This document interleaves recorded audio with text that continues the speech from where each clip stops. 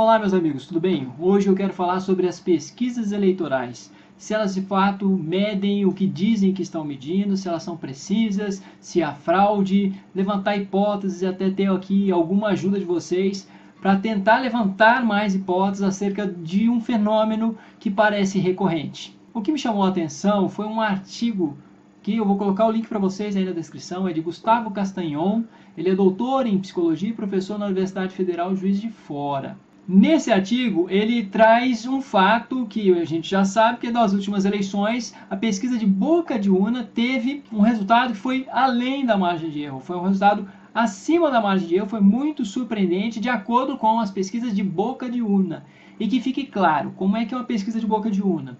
É a pesquisa feita no dia, é só lançada depois que termina o horário das eleições, mais ou menos 6 horas da tarde, 5 horas da tarde, que eles vão divulgar os resultados. E nessa pesquisa, eles pegam as pessoas saindo dos postos de votação e perguntam para elas em quem elas votaram. Então não é uma pesquisa simplesmente de uma intenção de voto antes de votar e que o cara pode mudar. Não, é uma pesquisa que você faz a pergunta para o sujeito depois que ele saiu. E esse resultado da pesquisa de boca de urna só é divulgado depois que termina a votação.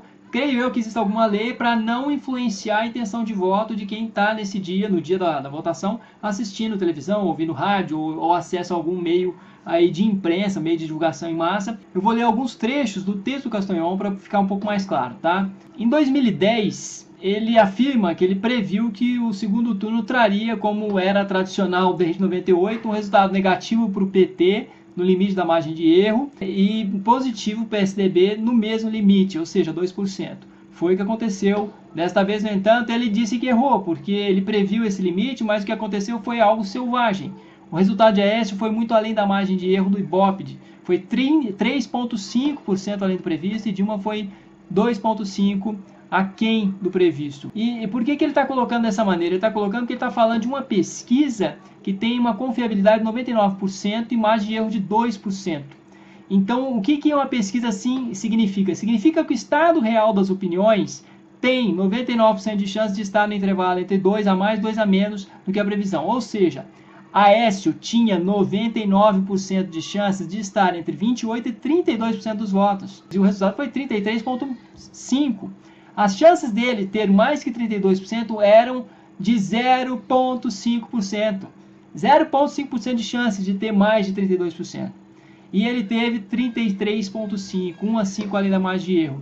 E pior do que isso, o outro erro foi justamente os índices de Dilma. Ela teve 0,5 além da margem de erro para menos. A chance disso acontecer ao acaso, grosseiramente, é bem menor do que 0,05 vezes 0,05. Em outras palavras, a chance é menor do que 0,00025, uma chance ridiculamente irrisória. E a boca de urna, segundo o Castanhon, não sofre influência das abstenções, nem de mudança de opinião, como eu já disse, pois pergunta somente quem a pessoa acabou de votar. Essa pesquisa entrevistou simplesmente 64 mil eleitores de todas as regiões do país. Isso dá uma margem de erro bem pequena, se o estudo estatístico for muito bem feito. E ele afirma que apesar do Ibope ter prudentemente declarado que a margem de erro era de 2%, uma amostra desse tamanho em relação ao eleitorado brasileiro tem, na verdade, margem de erro de somente 0,5%. No Rio Grande do Sul também a coisa foi assustadora e numa proporção também em que você teve o quê? Uma avalanche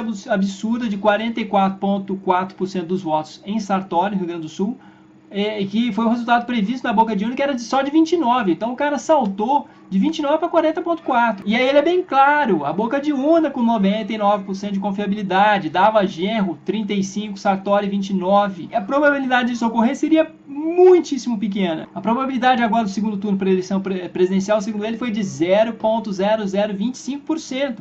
Também ocorreu para o Senado no Rio Grande do Sul. O Olívio Dutra, do PT, tinha 6% a mais, segundo a pesquisa boca de urna, e perdeu. No Rio de Janeiro também não foi diferente. 8% dos votos parecem ter sido transferidos de Garotinho para Pezão e Crivella. Então vamos ao quadro que ele elaborou no artigo dele para eu mostrar para vocês o que vem ocorrendo desde 2002 em relação à pesquisa boca de urna e voto.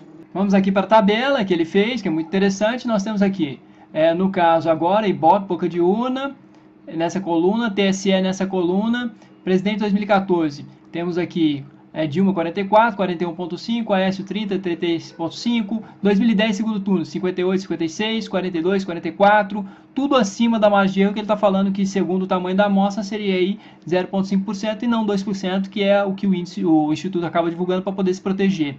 Mas o que me chama a atenção, na verdade, não é nem tanto tudo isso, mas é que é sempre na mesma direção, gente. Então é sempre o PT perdendo alguns pontos e o PSDB ganhando alguns pontos. Em todas as eleições, como vocês podem ver aqui, ó, 58, 56, 42, 44, caiu 2, subiu 2. Caiu aqui, ó, 46, caiu quase um pouco mais de 3 e subiu quase 3. Aqui em 2006 caiu 1,4, subiu 3, olha isso, subiu 3,6. Então quer dizer, né, aí aqui você tem o que? Caiu aqui embaixo, né, em 2002, você tem o Lula caindo 1,5 ponto mais ou menos, 1,7, e o Serra subindo 1,7, né? Então assim, tá aí. A minha grande questão é em relação à direção, que é sempre a mesma. Então vamos para as hipóteses do Castanhon e algumas hipóteses que eu estou pensando aqui comigo também, alguma coisa que eu possa falar disso. A questão é a seguinte: se os erros são sempre na mesma direção, em proporções muito similares, possivelmente não é um erro.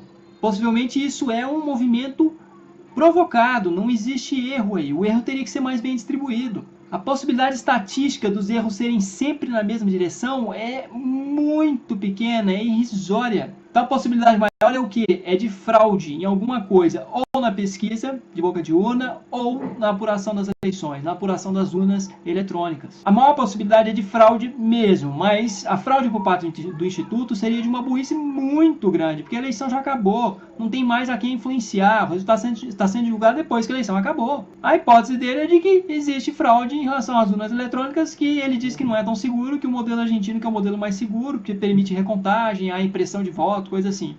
Eu quero saber o que vocês acham.